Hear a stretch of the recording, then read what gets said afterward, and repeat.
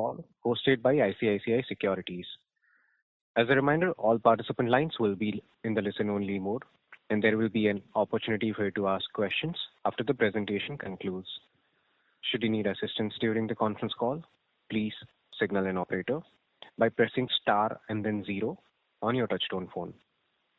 Please note that this conference is being recorded.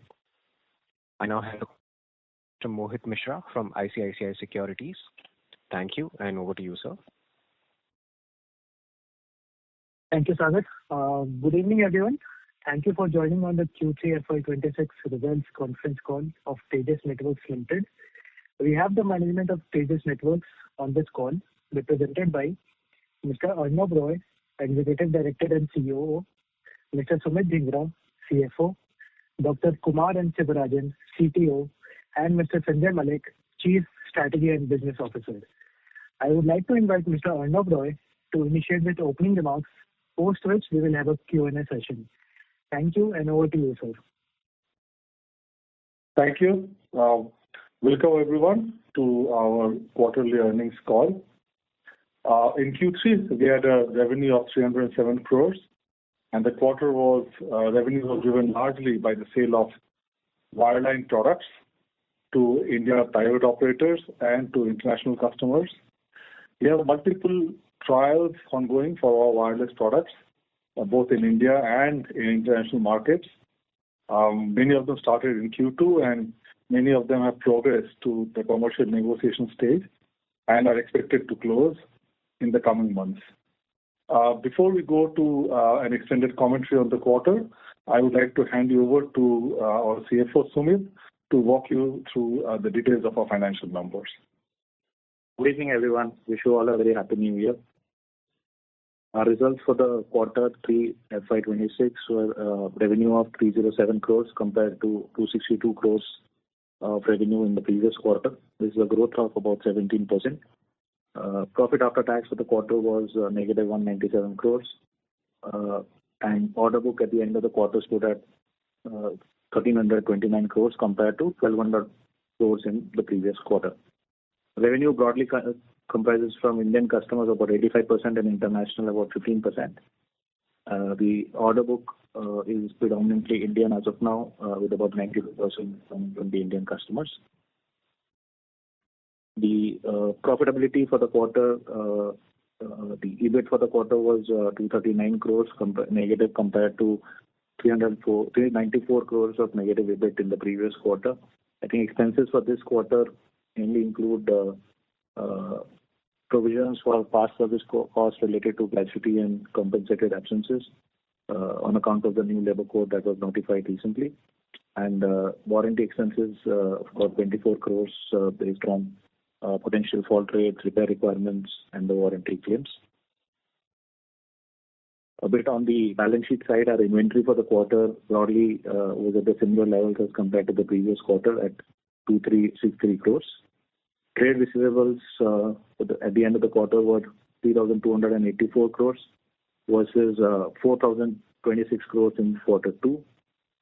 Our net debt at the end of the quarter was 3,349 crores versus 3,738 crores in quarter 2.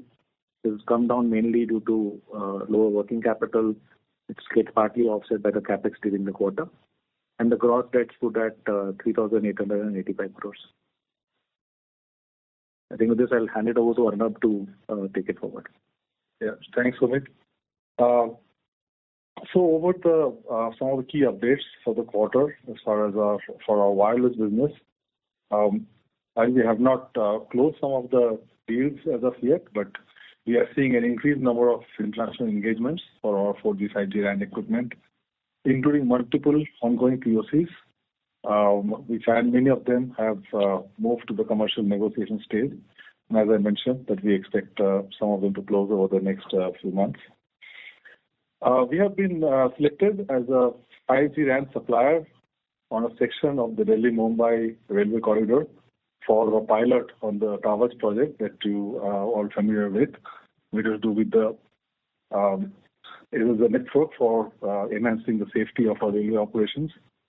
We have multiple wins for our private 5G deployments in India for applications in ports and mines. And finally, for the BSNL 4G add-on PO for the 18,000 sites that we have been working on for quite some time, we have a delay in the receipt of this PO. And from what we know, from what we hear, is that those are still in the works, and the expansion order will come to us at the appropriate time for BSNL. For our wireless business, as I said, the quarter was driven largely by shipments for our wireline products. We won additional packages for BharatNet, and we have become one of the largest suppliers of IP/MPLS routers by the number of packages, and we won the maximum number of packages that have been announced so far. We received expansion orders from leading private telcos in India for both our WDM as well as our GPON equipment. And then a couple of significant international wins have been winning of a WDM backbone network for the build-out order from a broadband ISP in Africa, and a network transformation project for our MPLS FTP products for a power sector company in Southeast Asia. Another significant one was the first win in a sovereign data center networking application in India for our switching products. This is the first time we won a networking application inside a data center, where most of our data center business has been through the interconnect. So from that point of view, we look at it as a significant first win. Now, the other updates for the quarter is that our converged broadband product won the Excellence Award for the most innovative product in the conference, in a trade show in Dubai. We received 85 crores as PLI incentives for Q4, and cumulatively 397 crores of PLI. And we filed 26 patents in Q3. Cumulatively, we have filed 613 global patents, of which 370 have been granted. In summary, our long-term outlook remains positive. There are strong drivers for our business caused by rapid transitions, technology transitions, as well as the demand data growth, which is driven largely, a lot of it is driven by AI applications, which are driving a massive growth in traffic in the networks. We see a lot of expansion of 4G networks and new deployments of 5G networks in emerging markets, and which are driving most of our engagements and POCs that I referred to. The investments in AI data centers are driving huge connectivity requirements, which are driving business for our optical products. We see increased traction of our new products in India and in international markets. The wireless products are starting to lead our international engagements in Europe, Latin America, and Africa. We are seeing increasing adoption of our wireline products in private telcos in India. And apart from our direct engagements, we are also seeing increasing engagements with international customers for our wireless products through partnerships with NEC and Rakuten. And strategic wins in Europe, Africa, and Asia for our optical products gives us a good momentum for expanding our international business. So with that summary, I'd like to open the floor for questions. Thank you very much. We will now begin with the question and answer session. Anyone who wishes to ask a question may press star and then one on their touchtone phone. If you'd like to remove your request, please press star and two. Participants are requested to use handsets while asking a question. Ladies and gentlemen, we will wait for a moment while the question queue assembles. Again, to register for a question, please press star and then one.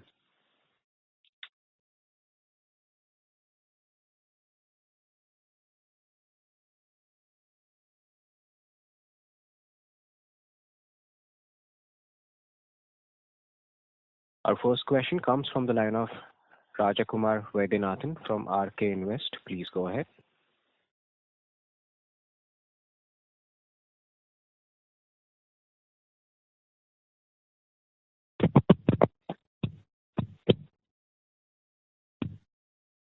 Hello. Yes, sir. Please go ahead. Yeah. Yes, Rajakumar, go ahead, please.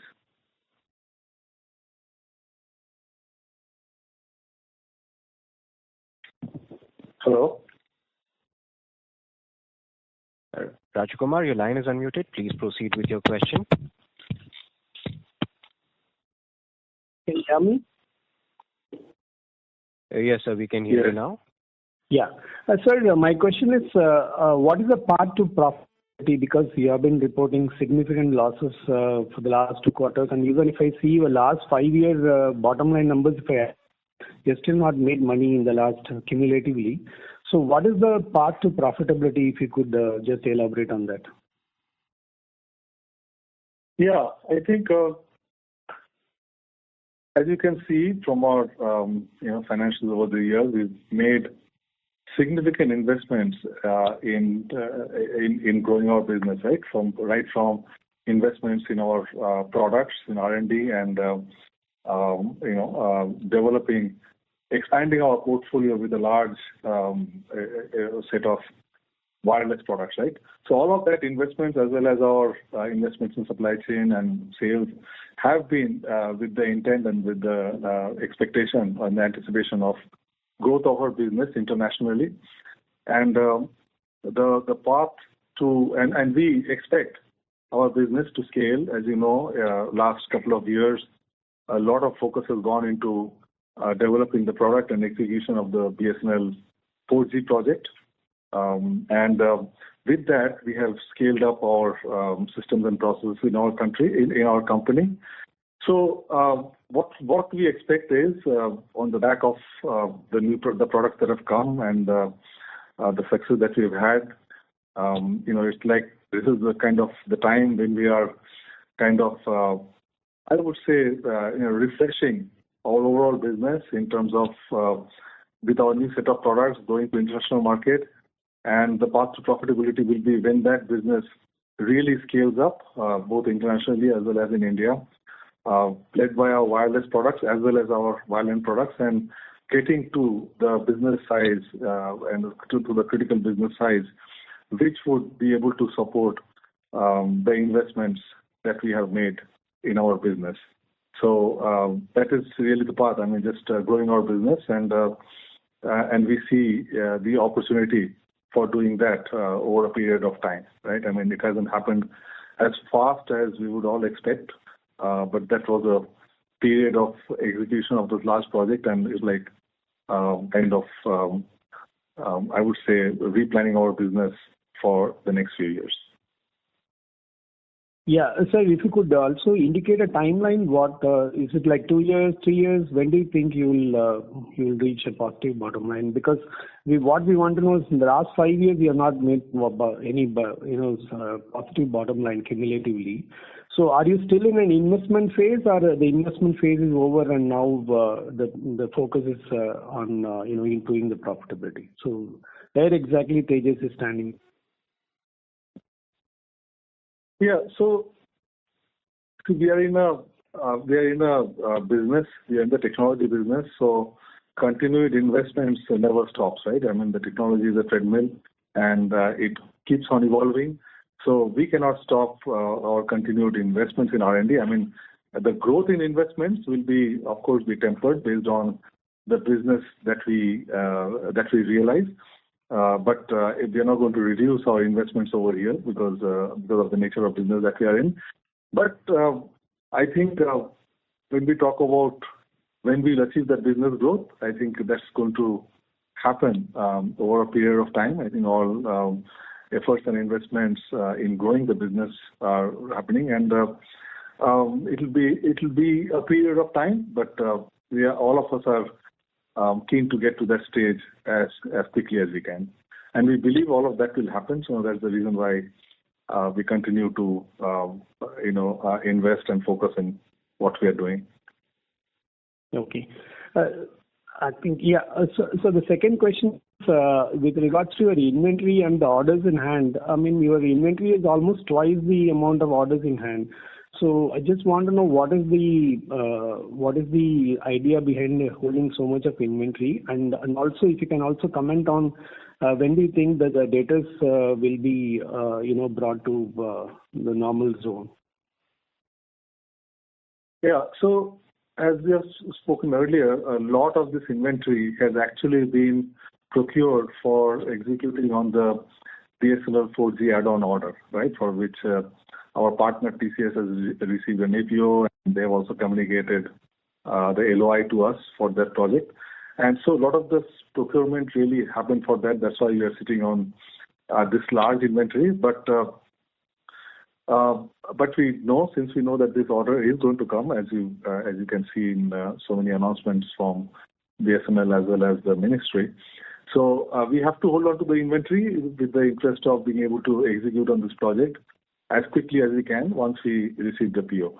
So this inventory will deplete very rapidly once we receive the PO and start executing on that project. Yeah. So the worry is you have a very long cycle because you are holding inventory for so many quarters, and then after that you bill, and then the government takes their own time to pay you.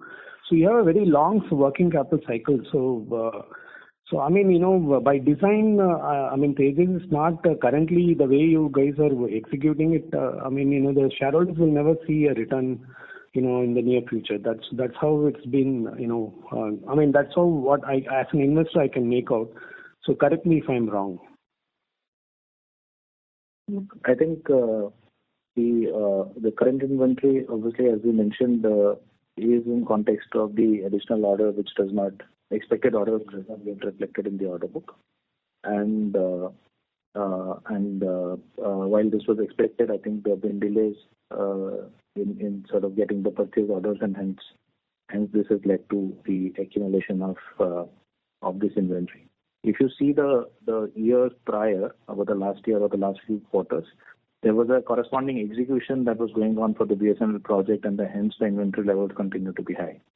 Now, to your point on whether the working capital cycles or the inventory cycles are high, yes, they're currently high for this specific reason. I think as Arnab earlier pointed out, I think it is important from various point of view that we have a increased share from private and international customers, where the overall working capital cycle may be better, and that would lead to improvement in working capital in general. And I think we're also taking steps to continue to improve on the working capital or the inventory management in particular to get this down. So it's a focus area for us as well, and we continue to work on this. Okay, sir, but I think it's a big concern. I mean, I'm not sure whether we're articulating Sorry it. to interrupt, Mr. Rajakumar, for any follow-up questions, maybe. No, I'm not asking a follow-up question. It's just a comment. So let me just give me 1 minute. I will just complete it. So the concern is, this is kind of happening for many quarters, and I don't know what model Tejas has, because this model has to earn money for the shareholders at the end of the day, and you are executing such a big project, and still the bottom line is bleeding, and that is really a concern, sir. So I hope the shareholders are also taken into consideration. Their interests are also taken into consideration when you execute such big projects. That's my comments. Thank you. Thank you so much for the opportunity. Thanks. Thank you. Ensure that the management is able to address questions from all the participants in the conference. Please restrict yourselves to 2 questions each. You may rejoin the queue for follow-up questions. Our next question comes from the line of Pranav Kshatriya from MK. Please go ahead. Yeah, thanks for the opportunity. I have a couple of questions. Firstly, you talked about, in the first quarter of this financial year, that you would, sort of be looking to reach where you were in FY24, and that, is what, you would be looking to reach. So that number, and if I compare 9-month number, I think there is a fair bit of gaps. So how should one look at it? I understand that Tejas Networks business tend to be very lumpy, but do you think it should be possible to reach that kind of level in this year, or that can possibly reach in the next year? That's my first question. Second question is that there is a good increase in the number of patents filed, and would like to know a little bit more about in which area are these patents more are these patents more on the wireless product side or more on the wireline product side? So those are my two questions. Thank you. Yeah. So I'll take the first question, and the second part I'll hand it over to our CTO, Dr. Kumar Sivarajan. So FY24 levels this year, as you can see, our expectation was the execution for this year was the execution of the add-on project from BSNL, and while that happens, that we build on our international business for wireless. I think what happened since that order got delayed, and we have built the inventory for it. So that's the reason why we would see that we have not been able to reach the level of FY24 yet, and in this year I don't think we'll be able to execute the project also, because when the add-on order comes, it takes time to build and ship and all this kind of thing. So this project, whenever that comes, is going to be executed in the next financial year. So that delay has really affected our business this year, and the transition that our business is going through in terms of really transitioning to a lot more of the Indian private telco as well as the international operators. I think that thing is going well, and we expect to see. And the only thing is that this takes time. So that's the reason why we are seeing a longer period of time for closing on all those opportunities. But on the positive side, we see all those opportunities through our engagements, and we are in a market which is growing. The customer demand, network build-outs, capacity build-outs, all of that. We are in a globally growing market, including India. So we do see the opportunity of getting to that growth level at some point of time. And I think we have, from a investment point of view and the business point of view, we are kind of there for leveraging every opportunity that comes our way. So that's the first part. And regarding the patents, I'd like Dr. Kumar to take over. So while we file patents in both wireline and wireless areas, the majority of patents are related to 5G advanced and 6G technologies. Specifically, even within that field, these are what are called standards-related patents. So we closely follow the upcoming standards in 3GPP for 5G advanced and 6G. Currently, release 19 is being discussed in 3GPP.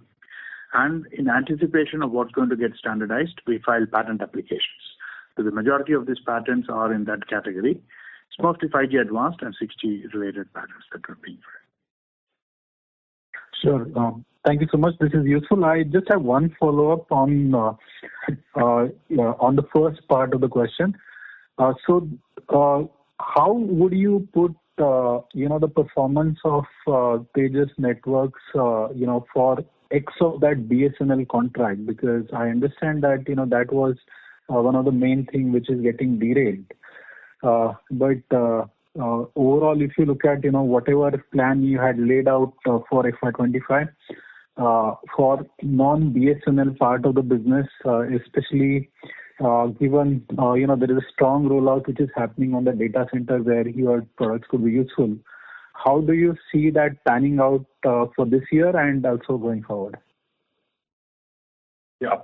So apart from, I would say, the BSNL project, which we were planning to execute this year, the other parts, there were other two major initiatives or major targets for the business. One was growing our wireline business to the Indian private telcos as well as internationally. So that transition is happening well. We are seeing lot of the business growth this year, whatever the business that we had this year has been driven by mainly our wireline products. And we see good adoption of that and good growth of that. So that part of the business is going very well. The other part of the plan was during the year, get a lot more, get ready for a lot more international business, especially for wireless, by getting to the trials and POCs and all those kind of things, and get to some business closure, during the year or early next year, because this is a long cycle and we are a new player in this market. So even that part of the thing, I would say, is going very well, because also if you see, based on the credibility of our performance in BSNL, that's where we got a lot of international partnerships going, right, with NEC and Rakuten and so on. So those opportunities came to us because of the credibility we built over there. So yes, I understand that the BSNL project last year was a huge, sharp spike in our business, resulted in a lot of revenues and required a lot of investments from us. That gave us a platform to really mature our products, build new products, and take it to the international market. So that part of the story has played out pretty well. I think we are quite satisfied with that. The part that has not played up to expectation was the expansion and all those kind of things for BSNL, which is going to happen. We know that's going to happen. That's why we have all the inventory. And also that is the part that got a bit delayed, and that's kind of showing in our financials. But once we get past that phase, I think we expect the rest of the business plan to play out as we were hoping to do and we are planning to do. It is just that the transition phase has been taking a longer period of time than we expected. Okay. Thank you so much for your answers, and wish you all the very best. Thank you. Thank you. Thank you. Your next question comes from the line of Karan Raja from 54 Ventures. Please go ahead. Yeah, hi, good evening, and thank you for the update. I noticed that it's been about 3 quarters since Mr. Anand Athreya resigned from his post as CEO. So I wanted to understand if there is any urgency in filling that CEO spot and what we can expect from the board and coming out with a resolution with regard to that. Yeah, I think the board is working actively on appointing a CEO going forward, and so that's what the board is working on. And I think at some point of time soon there will be a CEO appointment for the company. But independent of that, I think not our business goes on as planned, and our regular business operations are not really affected without the filling of that position. So I think board will take its time and is on the project and will be appointing a CEO at some point of time. So can we expect that in this financial year, or is this something that would be in the next financial year? Yeah, it's not in my place to answer that question right now. But obviously, as you can understand, that there would be an active active work going on in filling this position. So I'm not aware Understood. of the exact timeline. Understood. The second question that I had was with regard to the delay in the 4G expansion. Obviously, just a couple of calls we had, but so did know that this delay. Is this delay attributed to budget constraints at the customer side? Is there something with the system integrators, so something to do with TCS? If you can give us some color on what this delay is attributed to. Because obviously, answering the previous question, you did mention it was a big disappointment for you all as well, that this order has not come into execution in this financial year. So what exactly is this delay attributed to? Yeah, it is mainly to do with the operational readiness of BSNL for rolling out the network. They also had to be prepared with their sites, with site readiness and all those kind of things. So that's what is basically holding up the rollout of this project. And as you know, in multiple forums, both BSNL management as well as DOT or the ministry has commented that expansion is going to happen. That's going to happen very soon, kind of a thing. So the only reason right now is the readiness of BSNL to take the equipment and deploy it in the network.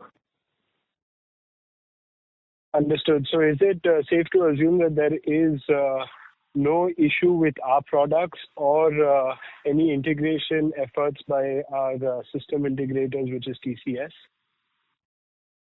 Yeah, those are not the constraints in this project. Understood. I think one other question that I had, because we have spoken about some of the other wins, the 5G, private 5G across mines and some other locations, and also the data center opportunity. Can you please share some light on the market opportunity in these two? What is our right to win there? And what kind of market share are we hoping to achieve in the next maybe 3 years? So it's hard to answer the market share kind of thing, but we see these new application wins are something very encouraging, because we're seeing a lot of this private 5G wins for deployments in mines and ports and some campuses and all those kind of things. So and having a few set of reference wins in India can help us in marketing and selling this globally as well. So our right to win is the products that we have. As you know, our current BSNL product is a 4G upgradable to 5G. So both our BBU as well as radios are software and hardware upgradable to 5G services. So it's basically the same set of products which are getting deployed for 5G applications, because the bands in which they are getting deployed are same or similar to what we have right now. So with small adaptations, we're able to meet those bands in which the private 5G rollouts are happening. So that's one part of it. I talked about the data center application also. As you know, we have our enterprise switching portfolio of products, and which we have scaled up a lot to larger products for data center switching as well. And even though that was not an initial target segment, but now with our new set of products and with the data center opportunities opening up, we saw a good reference win for the networking inside a data center. While the interconnect of data centers, that's a market we have been we are playing all along, and our optical products have a very strong play in that kind of applications. This is the first time we have been inside a data center with our switching products, and that's a very encouraging sign for us. So we are going to try to replicate this solution in as many applications that we can that are accessible to us. Understood, Mr. Roy, but I will have to push the envelope here, because obviously internally you all would have certain targets that you all would want to hit with private 5G and with data centers. So if you can share some light as to what even you all have had a few deployments, you all would know how many such accounts can we achieve in a given year. So something that gives us, at least the direction in which the company is going, or what we're chasing, where we're fighting, at least something that gives us a sense of, what are the internal metrics based on which we can judge sales. So, as I said, we don't have any specific target in terms of how many wins and all those kind of things. And in most of our, every product line that we have, right? I mean, we go by the engagement that we have, the customer opportunities that we see, and where we find opportunities and how we can pitch our products and solutions. And we set targets more from overall, business growth and business win kind of a thing, not specific to any particular application, right? And these are new markets that we're getting into. I mean, as you know, our wireless play has been mainly in the macro area for mobile operators, and that's where the larger deals are. The private 5G applications are many in number. Each of them are relatively small deployment. That is because you can understand the territory or the area over which it is deployed. Those are fairly small, right? So, so the larger deals are, of course, for the macro, but the good thing is that with this opens up a new application for us, right? The private 5G space. So from the point of view, it gives us mileage, credibility, and visibility in this space. So that's probably the largest benefit. And as I said, as of now, we don't have any target which says that we have to achieve this kind of numbers for this, using this particular application or the other one. I mean, these are initial wins, and that's the reason why we'd like to kind of share it with you all, saying that these are new application builders.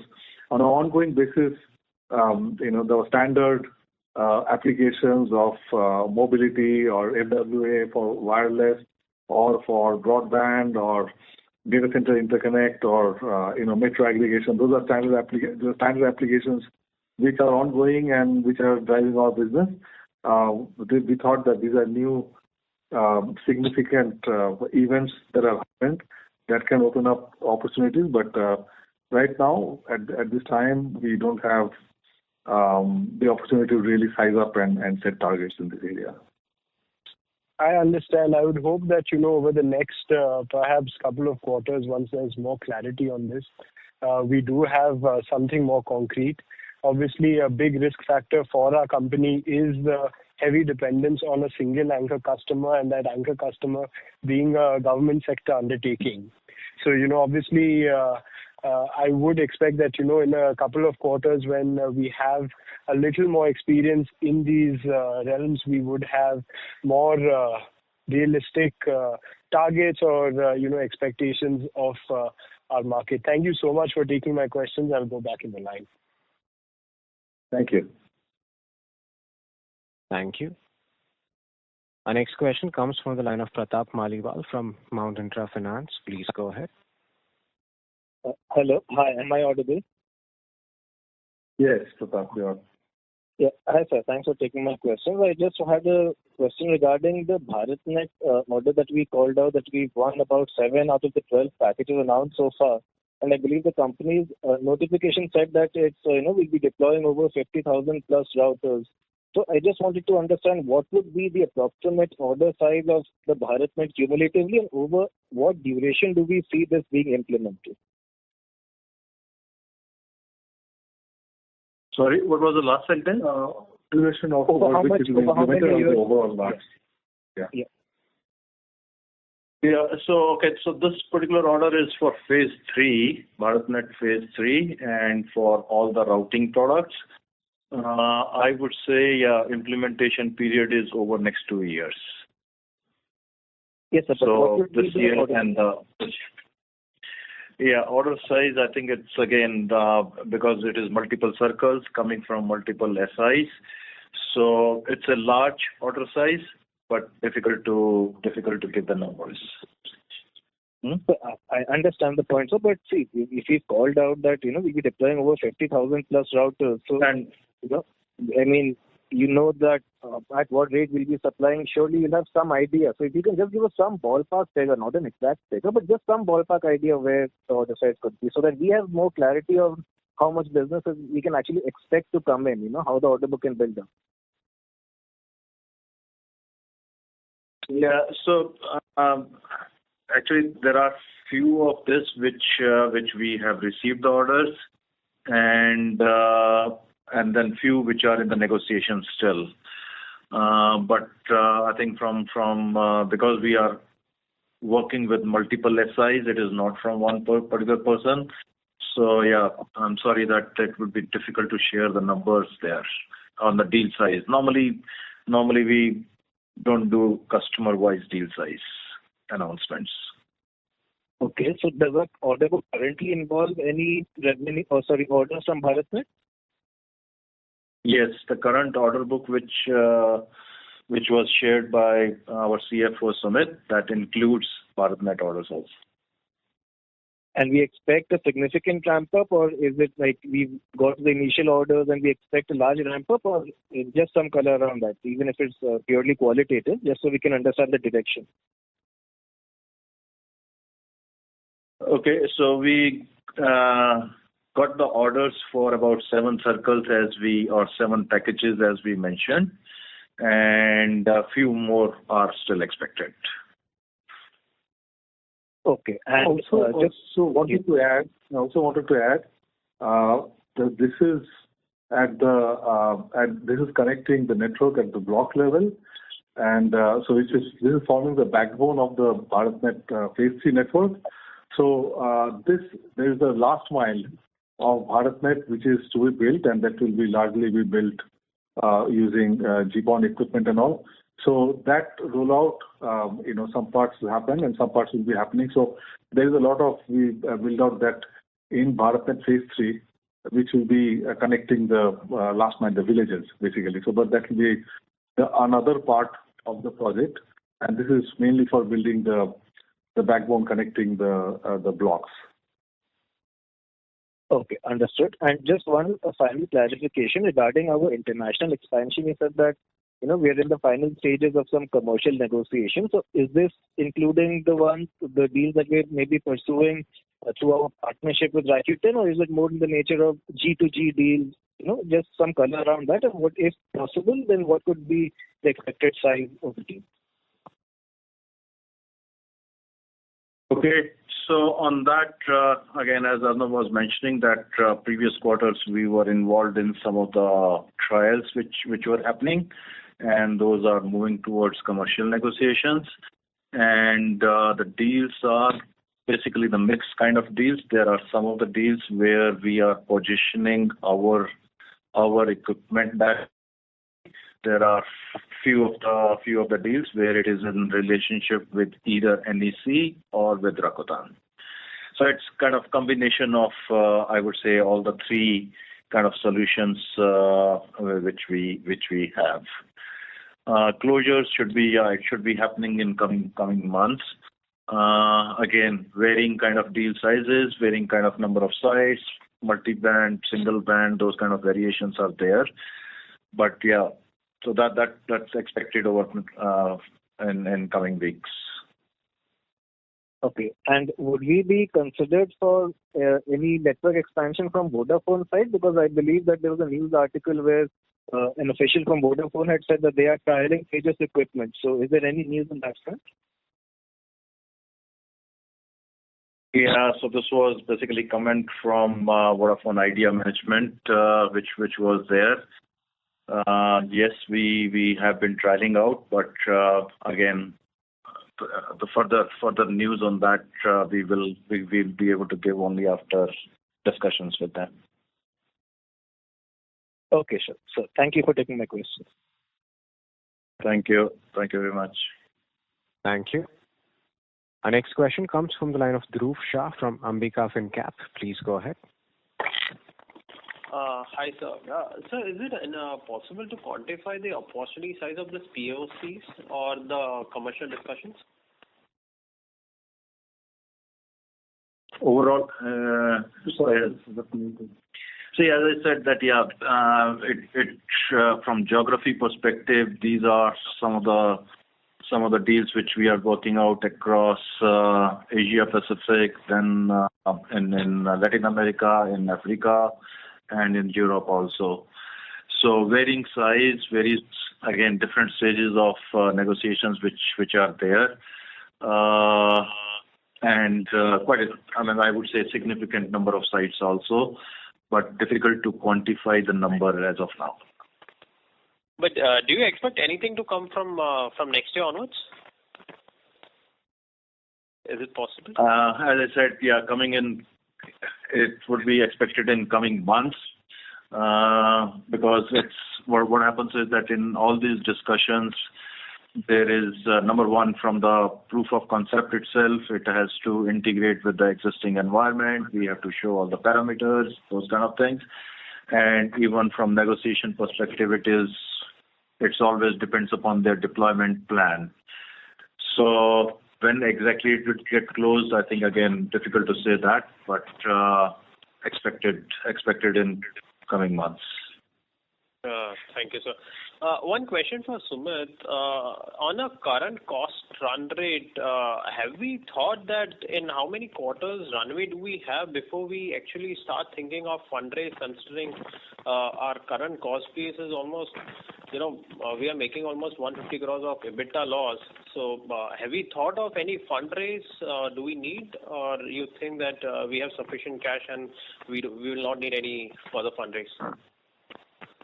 I think the evaluation of capital structure is a sort of an ongoing exercise. And right now there is no proposal of fundraise that we've discussed or that is in discussion at the board level. And there's no discussion on cost cutting as well? No, we've taken a lot of cost. Well, I won't say cost cutting, but a lot of cost optimization, cost rationalization efforts that have happened through the year. And we've also actively looked at optimizing or planning the capex procurement in line with the product development, and that's an ongoing effort. A lot of it has happened through the course of this year. But at the same time, I think, as Arnab also alluded earlier, a lot of this cost is on account of investments that we're doing in this product development. And we've come to a certain stage over the last 2-3 years in terms of making these investments. So while we continue to focus on investments, but at the same time, with lot more prudence and lot more optimization in terms of how we go about it. Okay, because if I do a rough math on a reverse calculation basis, Sumit, we X of, let's assume BSNL 4G, whenever it comes, we need almost a 3,500 crore annual turnover X of BSNL just to have a EBIT break even, if my calculation serves me right, on a higher gross margin. So that's why my question pertains that do we need a fundraise, because our order book stands at 1,300 X of BSNL. We are nowhere close to that 3,000 figure for an EBIT break even. Yeah. Look, I think I mentioned this in one of the earlier calls as well. I think that it's a function of, yes, you rightly mentioned revenue, but also to some extent margin expansion that with the international business in particular we would expect to see, and that would essentially lead to the corresponding revenue requirements for profitability to come down. Okay, great. Thank you so much. All the best. Thank you. Our next question comes from the line of Hiren Kumar Thakurlal Desai, an investor. Please go ahead. Yeah, my question is mainly for Sumit. A few clarifications on the income statement. So I see depreciation and amortization as a fairly sizable expense, 104 crore in current quarter. Is it correct to assume that most of this is actually amortization on the R&D capitalization? Yes, a significant portion is on account of amortization. And one more question is on the other expenses line. Mm-hmm.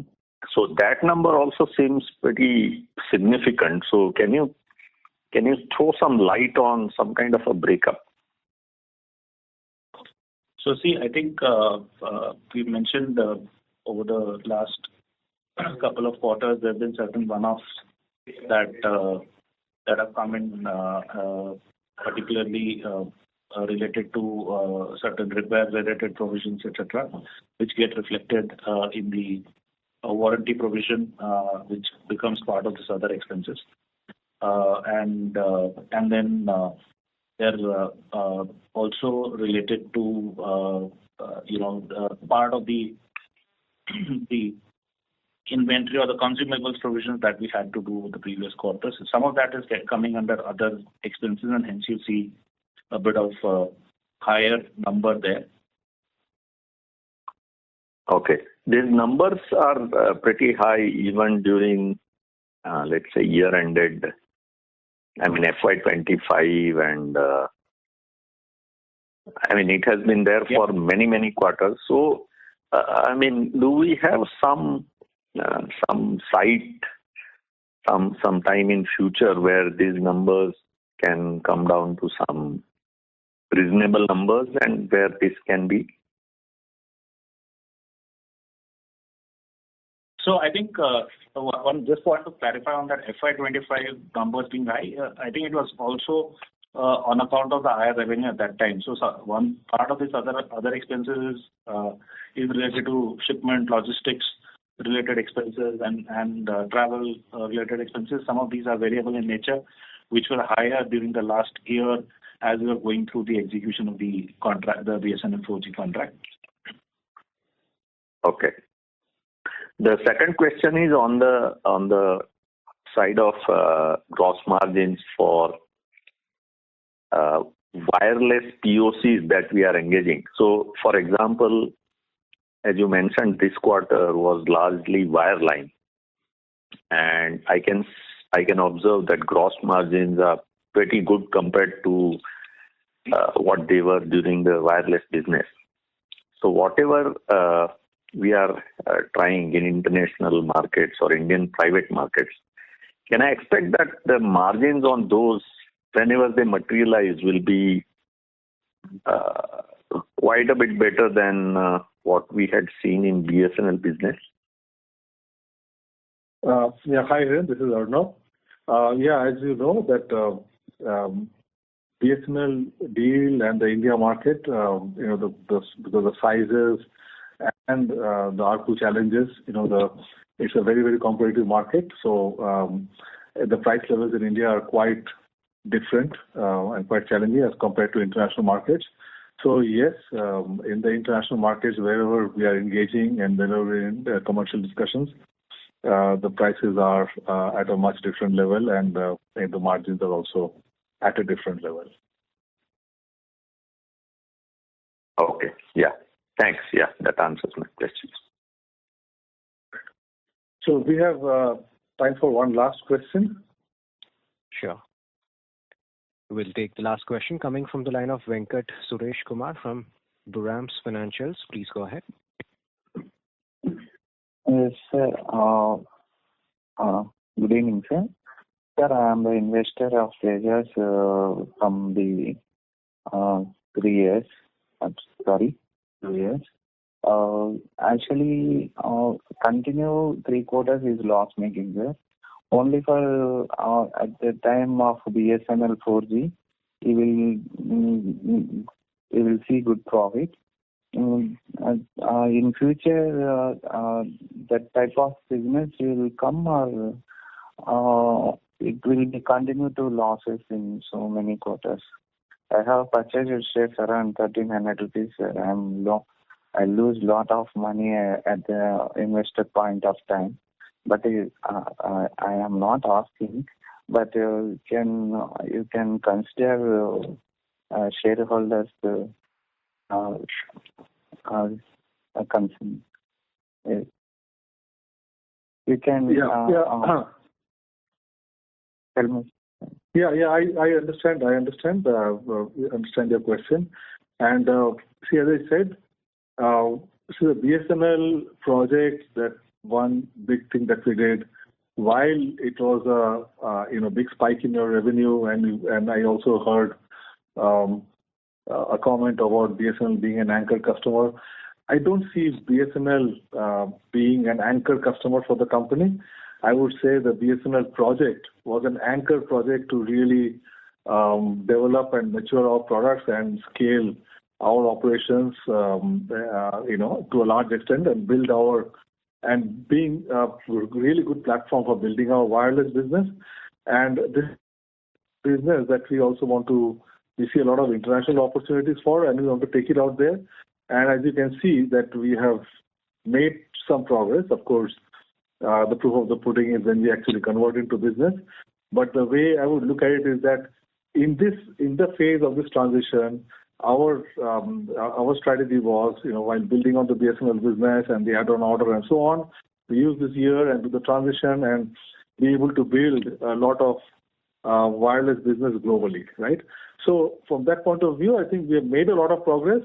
Yes, this transition is taking a lot of time, and in the meantime, our financials are not showing the way we would all like it to be because the delays of some of the add-on orders and all. But we don't see that BSNL and BSNL projects are the lifeline or the anchor for Tejas, right? I mean, they were a platform. They were an excellent platform for us, and we are very grateful for having got that opportunity. But I think now the plan for the company is really to take this global, to get it to private telcos, to international operators, and so on. And we are on the way to doing that, and we are all very bullish about reaching there at some point of time. And there's the reason why we continue to invest. We put our head down and basically try to execute and take our business forward in all that direction. So with that, I'd like to thank you all for attending the call. One question, sir. Last question. Sir, actually, you 5G upgraded in BSNL contract. That size of order is huge or small?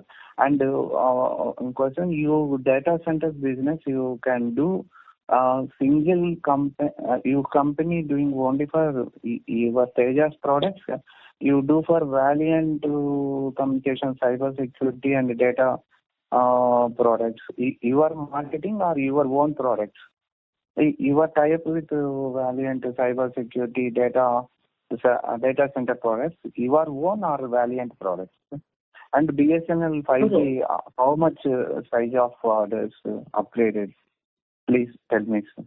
So, okay. So, first of all, I'll answer the Valiant question. So, the data center switching products are our own.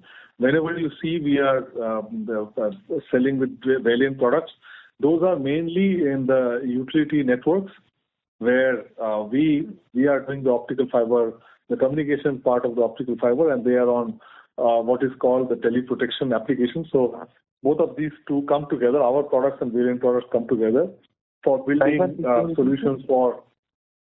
Sorry? Cyber security products, Valiant cyber security products, you are marketing? No. We don't market the cyber security products, mainly the teleprotection products. So this combination works for the utility market, for smart grids and all those kind of things. The other part about BSNL 5G, there are two parts to BSNL 5G. One part is the upgrade of selective sites to 5G, which is part of the existing tender, and we have done trials, and there are some ongoing trials as well. So that we don't have visibility when that upgrade will happen on the selected sites. But later on, size of 5G business. Yes, that's what I was talking about. There is a part called the 5G upgrade of the BSNL network of a select number of sites, and we do not know. And that's going to be an upgrade on our existing equipment. We do not know the sizing or the timing of that kind of thing, how many sites they're going to upgrade. But BSNL is also looking to build a nationwide 5G network at some point of time. And, when that comes, and there will be fresh bidding and new opportunities for us, and those will be another nationwide build-out when that happens, right? So this is the 4G size of business, yeah?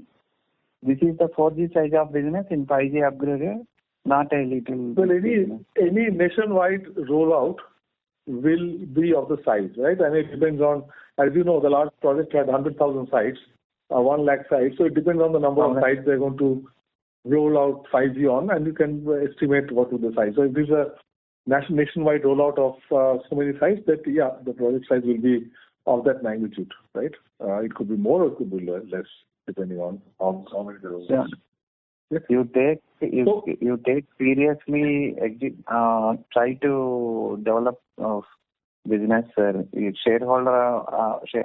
Actually, you see shareholders also concerned, sir. Of course, that is, we are all here because of our shareholders. We really appreciate your support for the company. Really thank you for being with us. I understand this is a difficult time because of our business and the stock price and all. But all I can say is that we are bullish about our business. We are doing everything that we can to execute on this, and we are confident that we'll get there. And it's a transition period which is taking longer than we would have liked. With that, coming in financial thank you very much. So thank you very much. Thanks everyone for attending the call, and look forward to interacting with all of you at the end of next quarter. Thank you. You can expect next quarter positive, sir.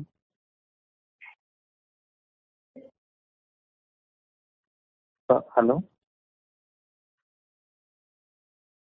Hello? Sorry to interrupt, sir. The line for the management has been dropped. Please stay connected while I reconnect the line for the management.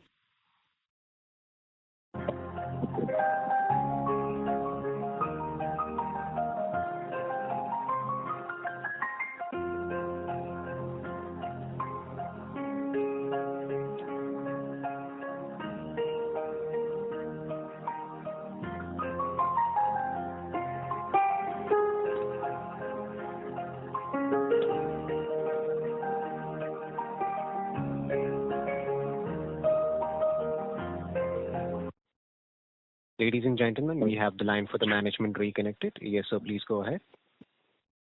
Yeah, no, as I said, I made my concluding remarks on thanking all the shareholders for. Actually, next quarter will be coming positive, sir. Next quarter will be coming positive. It's we don't give guidance on future performance, unfortunately. I'm only giving you the outlook, the guidance for our future over a period of time. But quarter-to-quarter guidance we do not give. We are not in a position to give right now. Okay.